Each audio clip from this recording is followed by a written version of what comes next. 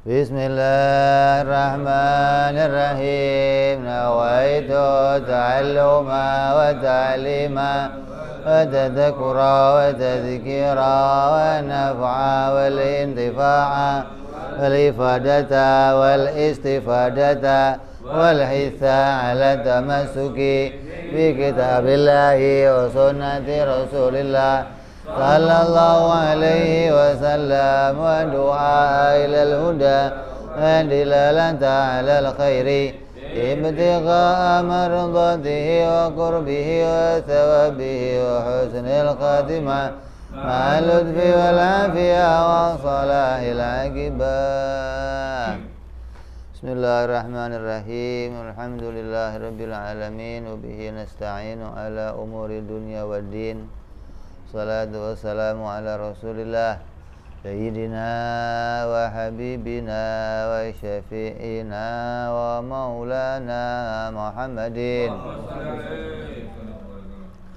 sallallahu alaihi wa ala alihi wa sahbihi ajma'in. Amma ba'du. Qala musanniful kitab Hadratu Syekh Salim bin Sumair al-Hadrami rahimahullah wa ghafar lahu wa liwalidayhi. Thumma ila sahibu syarha Imam Nawawi al-Bandani rahimahullah wa ghafar lahu wa liwalidayhi wa nafa'ana bihima fid darain. Allahumma aftah qulubana futuhal arifin wa bihikmatika wa nusur alaina birahmatika ya arhamar rahimin. Ilan qal faslun fi bayani da'aimil islami wa asasiha wa ajzaiha.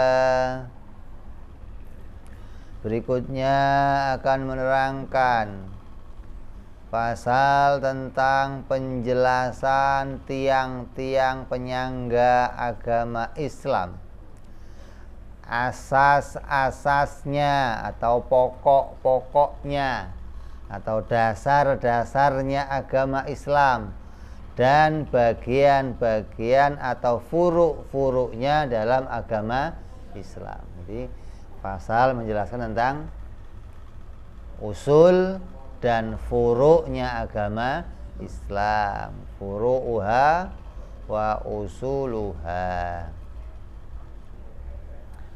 Maka rukunnya agama ada berapa? 3 apa?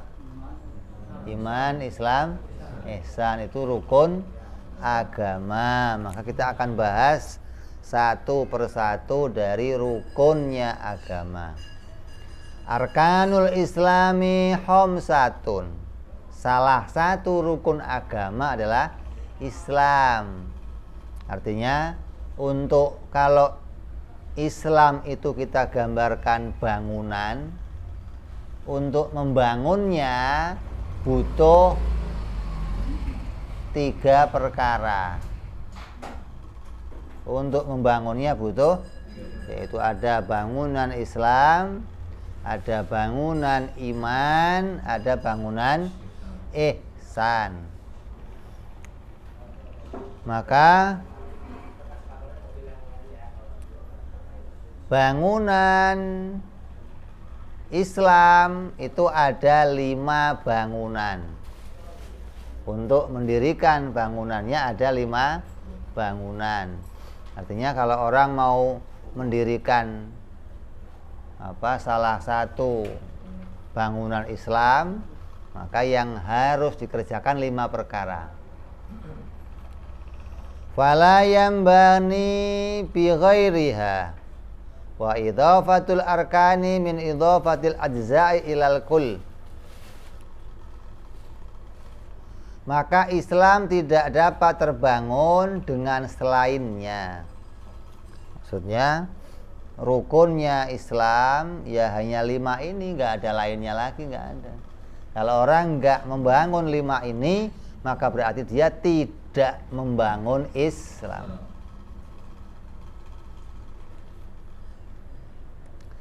Terus penyandaran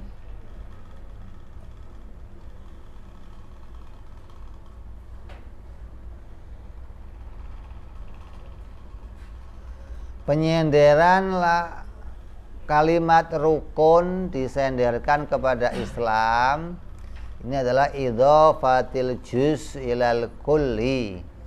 Artinya salah satu rukunnya agama adalah Islam. Adapun rukun-rukun yang lainnya kita akan bahas berikutnya nanti.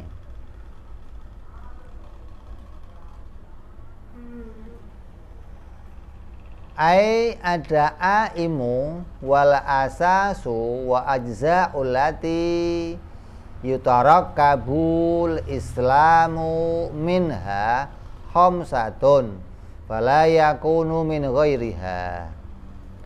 Penjelasannya adalah bahwa tiang-tiang penyangga, asas-asas dan bagian-bagian dalam agama Islam disusun darinya itu ada 5, maka tidak ada yang selainnya. Qala al-Bajuriyu, berkata Syekh Imam al-Bajuri, al-Islamu lughatan mutlaqul inqiyad. Apa sih pengertian Islam menurut bahasa? Kata beliau, Islam menurut bahasa adalah al-inqiyad, mutlaqul inqiyad, yaitu kepatuhan secara mutlak, patuh atau tunduk. Kalau disebut orang Islam, itu orang yang bagaimana? Orang yang patuh. Jadi kalau kamu kok melihat orang-orang yang patuh pada sebuah peraturan, maka kepatuhan itu disebut Islam. Ini secara bahasa Arab.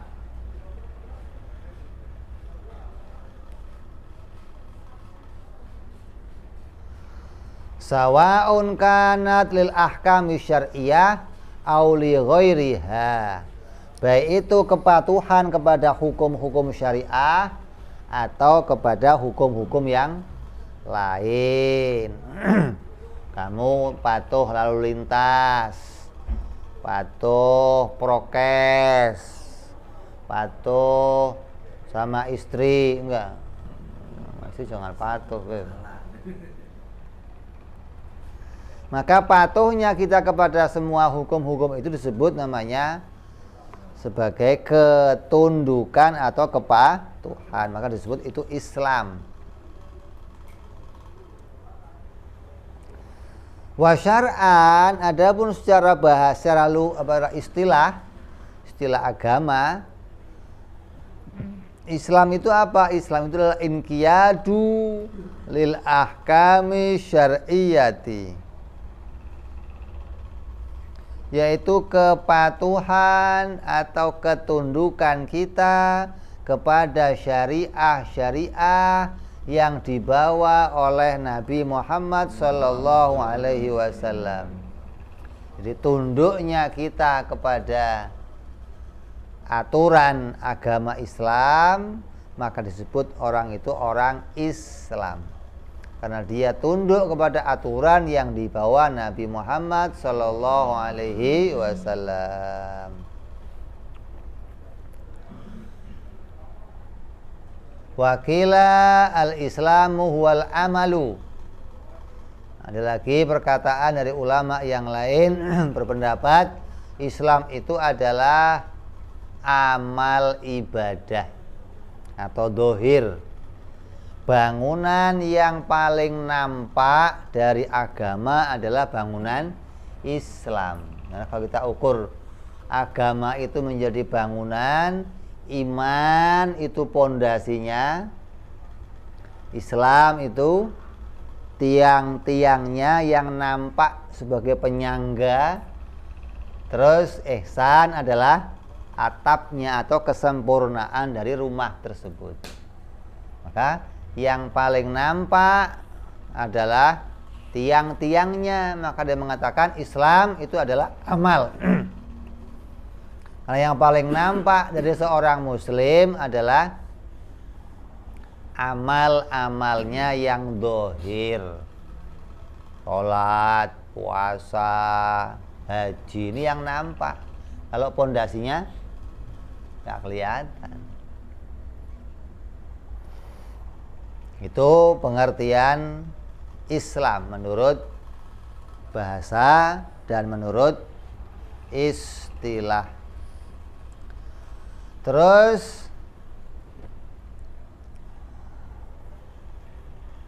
awaluha, dari rukun-rukunnya Islam yang jumlahnya ada 5. Awaluha, yang pertama, syahadatu, yaitu bersaksi.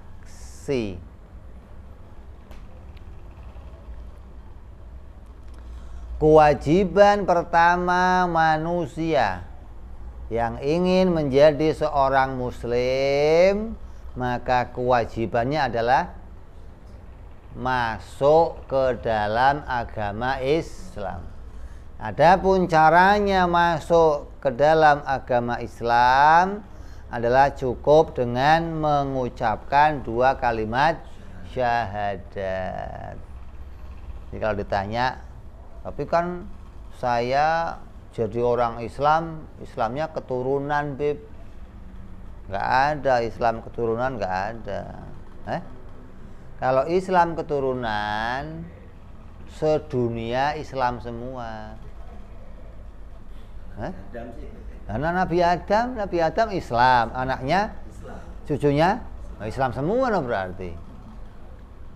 Jadi Islam itu bukan gara-gara keturunan, tapi kamu disebut orang Islam karena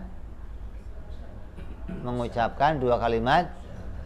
Kalau kamu nggak mengucapkan kalimat ini, biar bapakmu nabi, kamu kafir, gitu loh. Nggak usah kiai, nggak usah nabi sekali bapak kamu, hukumnya apa? Kafir, gitu. Karena untuk menjadi orang Islam itu syaratnya mengucapkan 2 kalimat syahadat. Jadi semua manusia yang telah baligh, yang telah dewasa, maka wajib masuk ke dalam agama Islam. Nah, caranya masuk agama Islam mengucapkan 2 kalimat syahadat. Apa itu syahadat? Syahadat diartikan oleh musannif di sini at-tayaqqona, atau meyakini. Aku bersaksi dan meyakini. Bersaksi dulu apa yakin dulu?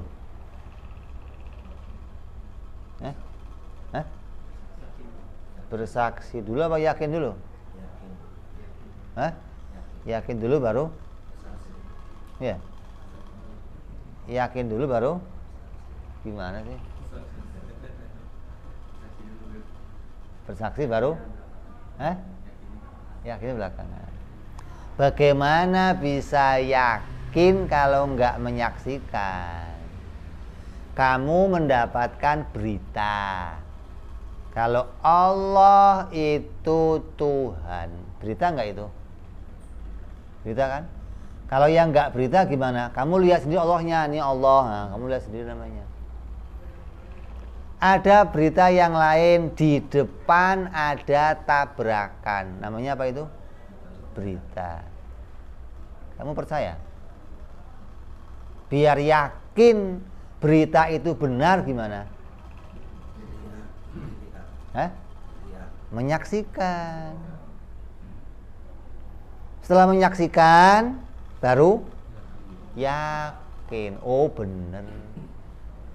Beritanya itu benar. Jadi untuk bisa yakin butuh kesaksian. Maka dikatakan di sini, aku bersaksi dan aku meyakini. Nah, orang yang pokoknya yakin aja bisa? Ada Pak Lurah, ada Pak RT ngasih berita di depan ada tabrakan. Udah percaya aja, yakin aja, bisa begitu? biar cepet. Nah sekarang kita begitu. Kamu tahu Islam dari mana? Kamu tahu agama Islam dari mana? Orang tua. Percaya kamu? Kalau tuh yakin aja, kan yang ngomong bapak saya, Beb. Masa bapak saya membohongin saya? Kan nggak mungkin kan? Ya. Gara-gara alasan itu kan bapak saya pasti pingin saya selamat, Beb. Saya yakin aja lah apa kata bapak saya. Anaknya orang Kristen juga begitu. Percaya kata bapaknya. Anaknya orang Buddha begitu. Apa kalau percaya bapak benar? Belum mesti benar. Percaya katanya orang tua belum pasti benar. Kalau percaya orang tua itu pasti benar semuanya, benar. Wong semuanya percaya sama orang Yahudi, anak-anaknya percaya sama bapaknya. Orang Nasrani anaknya percaya sama bapaknya. Orang Kristen percaya. Begitupun semua agama yang lain. Makanya nggak bisa berita itu tiba-tiba kita yakini, nggak bisa kalau nggak punya kesaksian atau pembuktian atau pembenaran gitu. Tanpa itu nggak bisa tiba-tiba kita yakin dah pokoknya bener. Lah dari mana benernya? Anaknya orang Kristen kamu paksa bapak saya itu bener. Nggak mungkin dia ngomong bapak saya salah.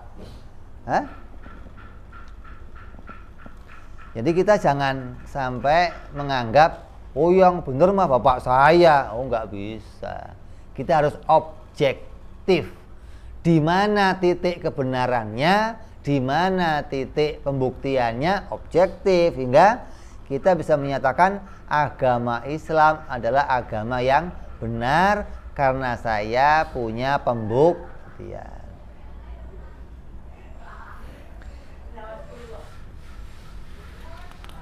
Yang pertama dari rukun Islam adalah syahadat atau menyaksikan dan meyakini. Apa yang diyakini? Apa yang disaksikan? An la ilaha, bahwa tidak ada zat yang bersifatan ketuhanan yang wajib untuk disembah, la ma'buda bihaqqin maujudun. Ini makna syar'inya. Tuhan itu apa sih? Ilahun itu apa? Kalau makna syar'inya al-ma'bud bihaqqin, yang berhak untuk disembah namanya apa? Tuhan menurut syar'i. Kalau menurut akli, ilahun itu apa? Tuhan apa? Itu menurut syar'i. Kalau menurut akli, Tuhan itu apa? Menurut akli, Tuhan itu apa? Zat yang tidak butuh kepada yang lain dan yang lainnya butuh kepada dia, itu adalah Tuhan menurut akli, menurut ilmu tauhid. Adapun menurut syar'i, Tuhan itu apa? Ilahun itu apa? La ma'buda bihaqqin illallah, kecuali hanya Allah. Berarti saya bersaksi tidak ada yang wajib disembah, hanya Allah. Berarti kamu menyaksikan Allah sebagai Tuhan. Lah yang kamu saksikan apa?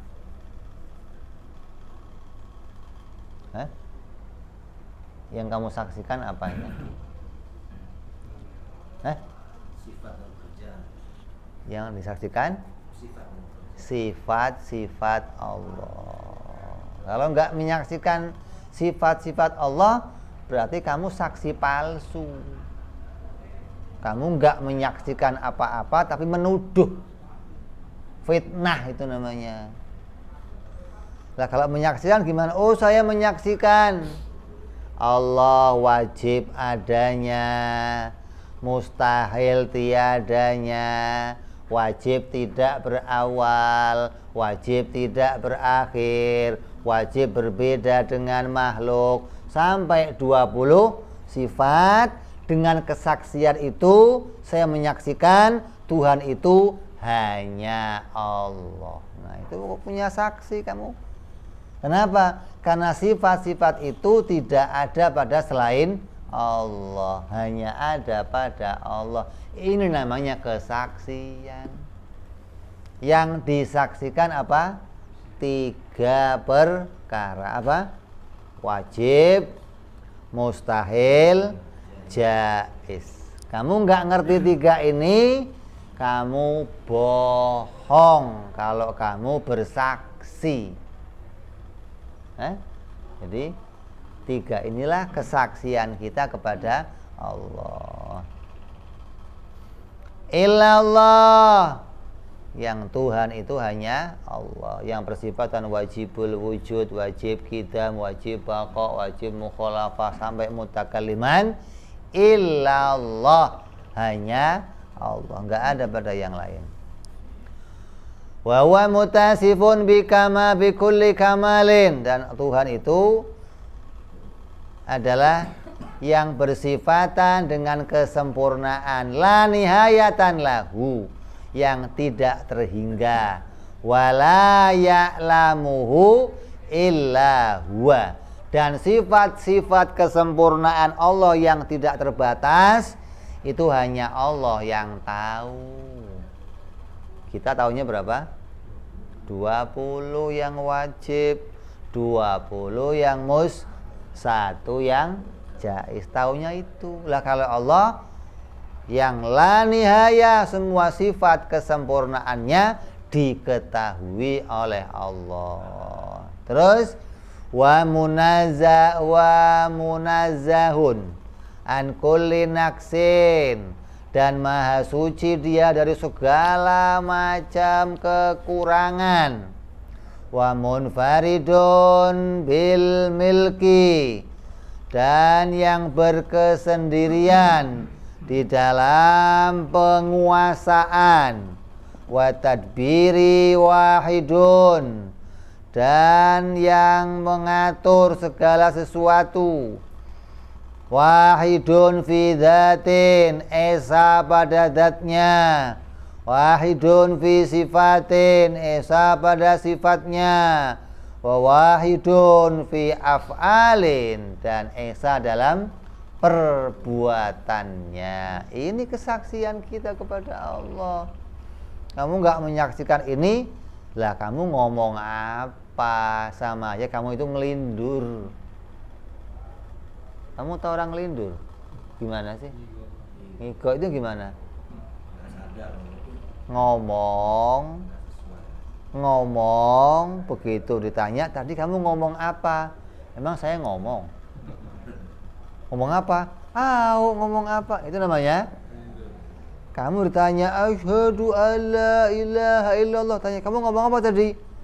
Asyhadu, maksudnya apa? Ngelindur kamu berarti. Jangan sampai kamu syahadatnya syahadat ngelindur atau syahadat beo. Tahu nggak syahadat beo? Beo aja bisa kalau begitu. Kamu beo? Kan bukan beo kamu. Kalau beo boleh begitu. Ada beo yang bisa kulhu ada. Ada beo yang bisa takbir, beo bisa istighfar. Ada beo yang bisa Pancasila juga ada. Pancasila. Jadi yang disaksikan 3.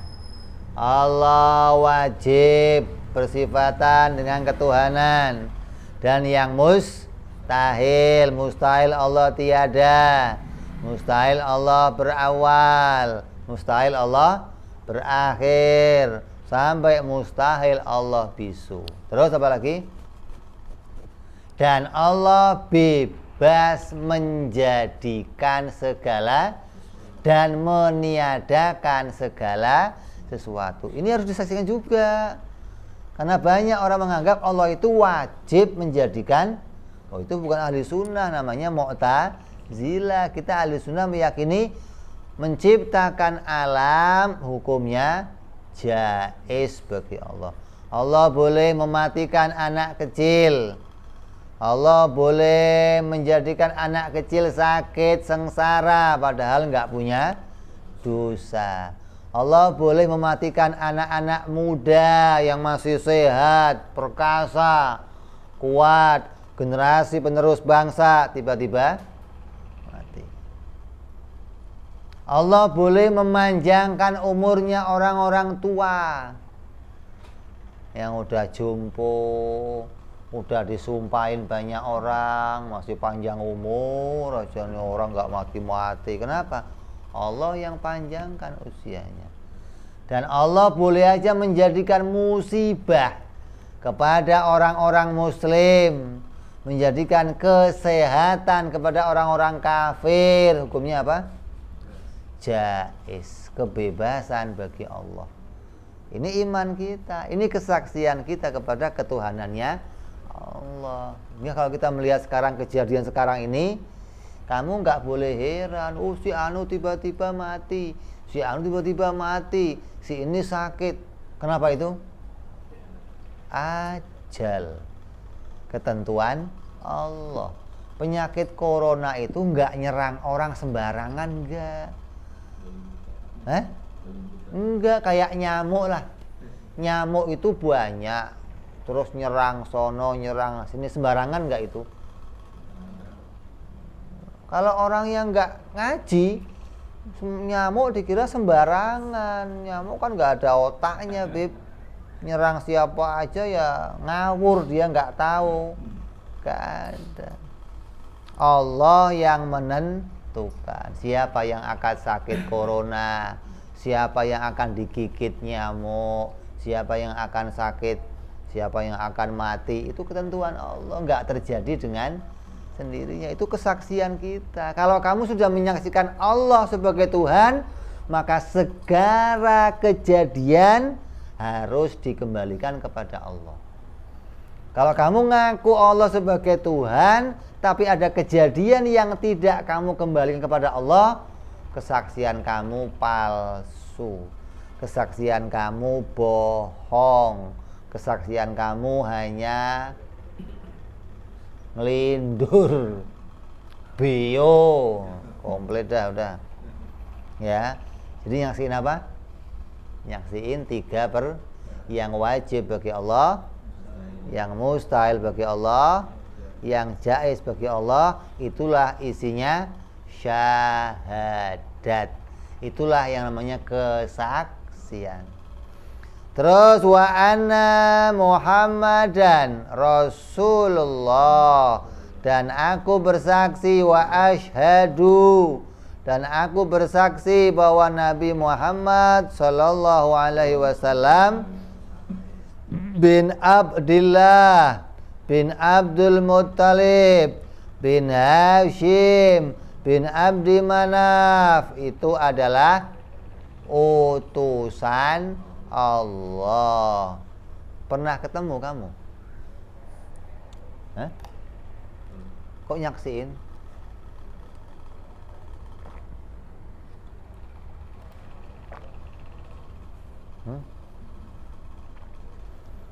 Pernah ketemu? Kok syahadat kamu? Yang kamu saksikan apa?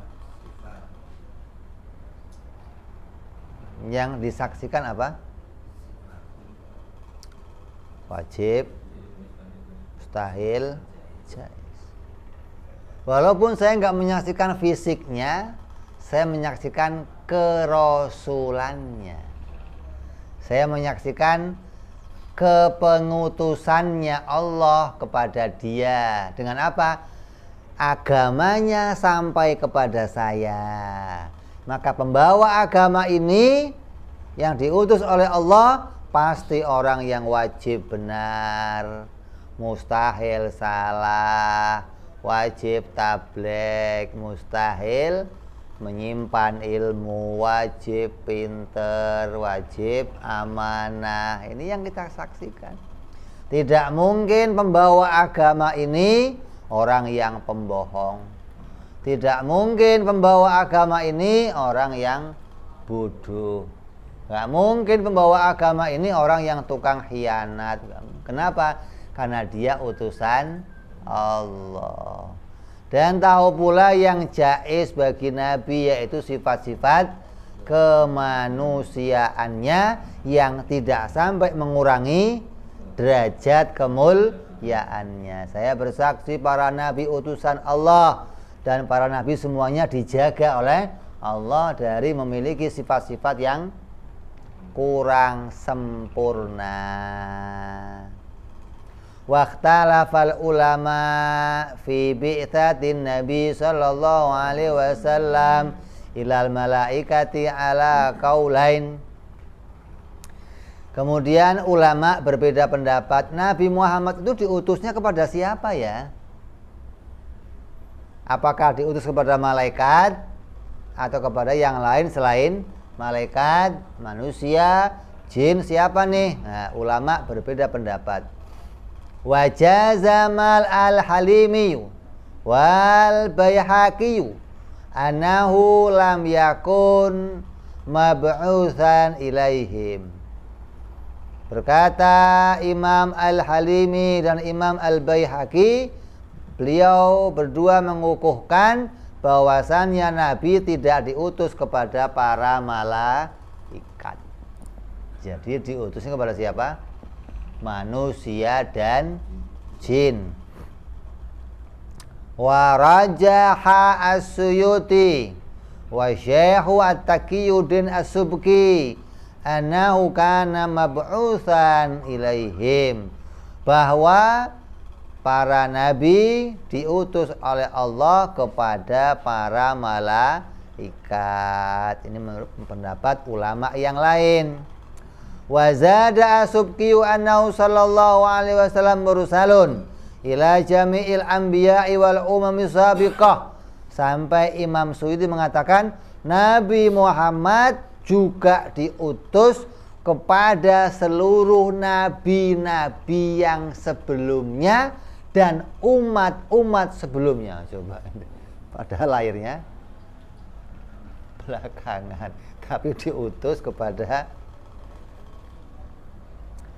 Wa anna qaulahu sallallahu alaihi wasallam, sebagaimana sabdanya Rasul, bu'istu ilan nasi kafah, bahwa aku diutus kepada manusia seluruhnya.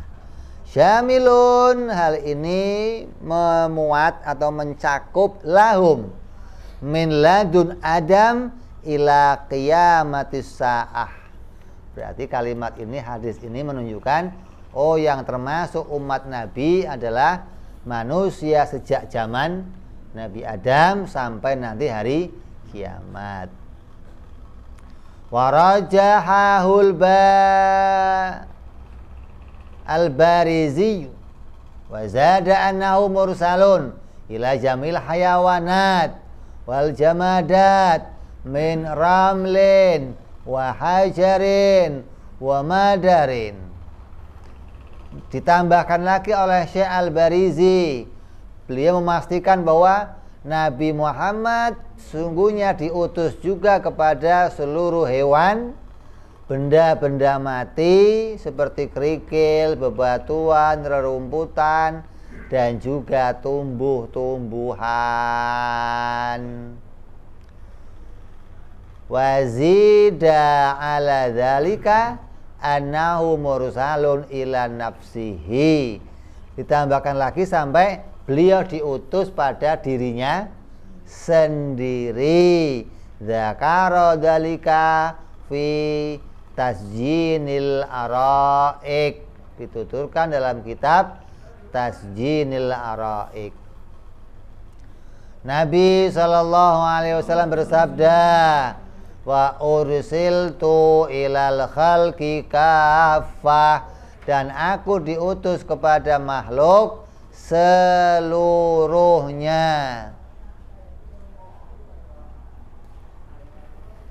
Lah bedanya apa terus?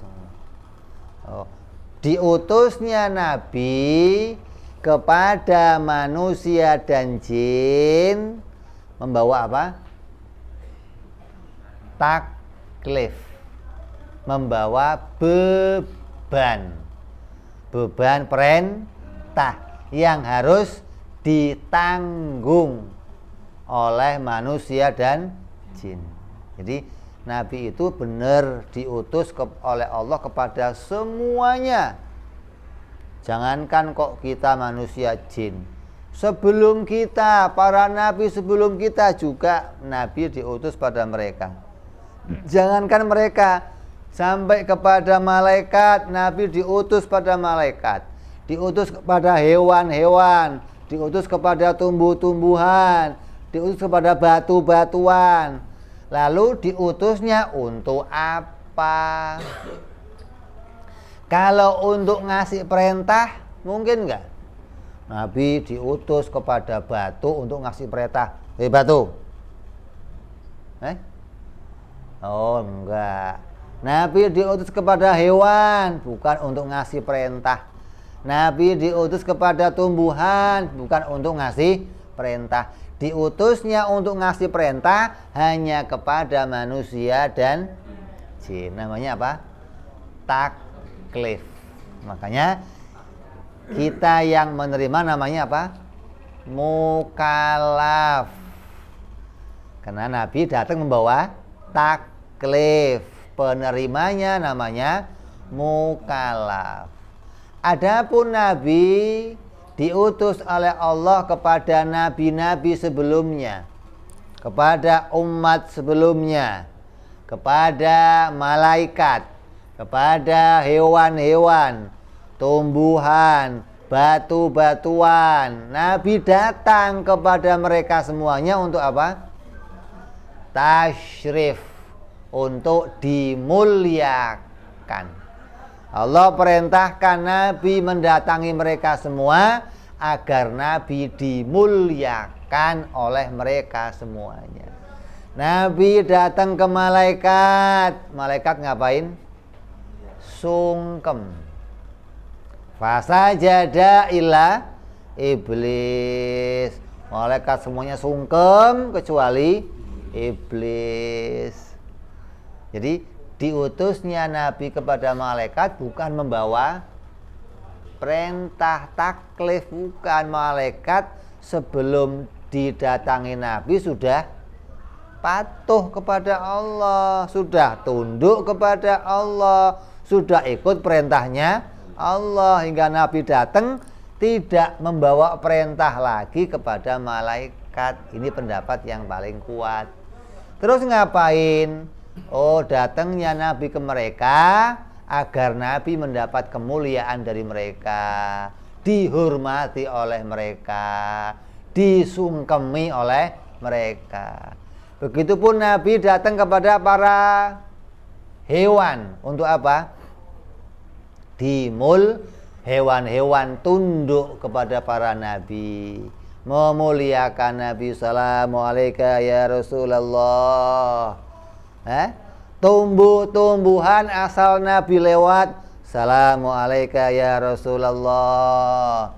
Batu-batuan ketika Nabi lewat, Assalamualaikum ya Rasulullah. Sampai Nabi cerita, saya ketika Nabi di Madinah, saya ingat waktu saya di kota Mekah. Kalau saya jalan-jalan ke gang-gang, ke tempat-tempat tertentu, itu batu-batuan pada sholawat kepada saya. Dan saya masih ingat sholawat mereka yang berbeda-beda antara satu batu dengan batu yang lainnya. Coba, sholawatnya batu diingat oleh Nabi, padahal batu sholawat batunya nggak dapat Lah kalau kita yang sholawat gimana? Diingat nggak oleh Nabi sholawatnya? Batu aja diingat oleh Nabi, gitu loh. Makanya dari cerita itu jangan sampai putus sholawat kepada Nabi. Kenapa? Agar diingat sama Nabi Muhammad Sallallahu Alaihi Wasallam. Jadi Nabi betul diutus kepada seluruh makhluknya Allah, tapi beda kepengutusan. Satu membawa surat berupa perintah, larangan, isinya apa? Wajib, sunnah, haram, makruh. Ini isinya. Kepada siapa? Manusia dan adapun kepada yang lainnya, malaikat, nabi sebelumnya, umat sebelumnya, dirinya sendiri, tumbuh-tumbuhan, hewan, batu-batuan, diutusnya pada mereka untuk apa? Untuk dimuliakan, agar semua di antara mereka mendapat kemuliaan dari Nabi Muhammad Sallallahu Alaihi Wasallam. Ini beda diutusnya kepada mereka. Jadi yang ngomong, oh Nabi enggak diutus kepada malaikat, bener enggak? Kalau ada yang ngomong Nabi tidak diutus pada malaikat, betul enggak? Betul. Kalau bawa syariah gitu loh. Jadi jangan terus, Nabi diutus pada malaikat. Ini ada yang ribut gara-gara cuma begitu doang. Ribut diutus atau tidak diutus. Kamu ngomong diutus boleh, enggak diutus, yang penting bisa menempatkannya. Kalau diutus pada mereka, bawa apa coba? Begitu dong. Oh, bawa kemuliaan. Kalau enggak diutus, namanya membawa perintah. Jadi kita pisahkan, ada dua misinya Nabi Muhammad Sallallahu Alaihi Wasallam. Faedatun, ini ada tambahan faedah. Qala al-Bajuriyu, berkata Imam al-Bajuri, wa qad dzakara ba'duhum ana min tamamil iman ayatakidal insan annahu lam yajtami' fi ahadin minal mahasini dhahirati wa batinati mithlu majtama'a fihi Nabi sallallahu alaihi wasallam. Kata Imam Bajuri, sesungguhnya sebagian ulama telah mengatakan bahwa termasuk kesempurnaan iman seseorang adalah manusia atau seseorang manusia harus meyakini bahwasannya tidaklah akan terhimpun di diri seorang pun dari berbagai kebagusan-kebagusan, baik itu kebagusan lahiriah maupun batiniyah, sesuatu yang menyamai dengan apa yang terhimpun di dalam diri Nabi Muhammad Sallallahu Alaihi Wasallam. Ini rukun iman kita ini diantaranya. Iman bahwa Nabi diciptakan paling mulia. Nabi diciptakan paling istimewa. Sampai dikatakan ana sayyidi waladi Adam. Ana imamul mursalin. Nabi adalah pemimpinnya para rasul. Kalau rasul itu mulia, ada pemimpinnya, maka pemimpinnya paling mulia di antara yang lain. Ini iman kita, bahwa tidak akan pernah kita jumpai satu pun manusia yang memiliki kesempurnaan sifat seperti sifatnya Nabi Muhammad Sallallahu Alaihi Wasallam tidak akan dijumpai. Kenapa? Emangnya Allah nggak bisa bikin lagi, Bib? Bisa, tapi ini limited edition. Tidak dibikin lagi yang lainnya. Setelah dia nggak dibikin. Kalau dibikin lagi gimana? Ya namanya nggak istimewa kalau begitu. Justru diistimewakan itu karena nggak dibikin lagi yang ini bentuk dari rukun Islam yang pertama yang wajib kita ketahui secara ringkas, bahwa seseorang untuk masuk ke dalam agama Islam harus mengucapkan 2 kalimat syahadat.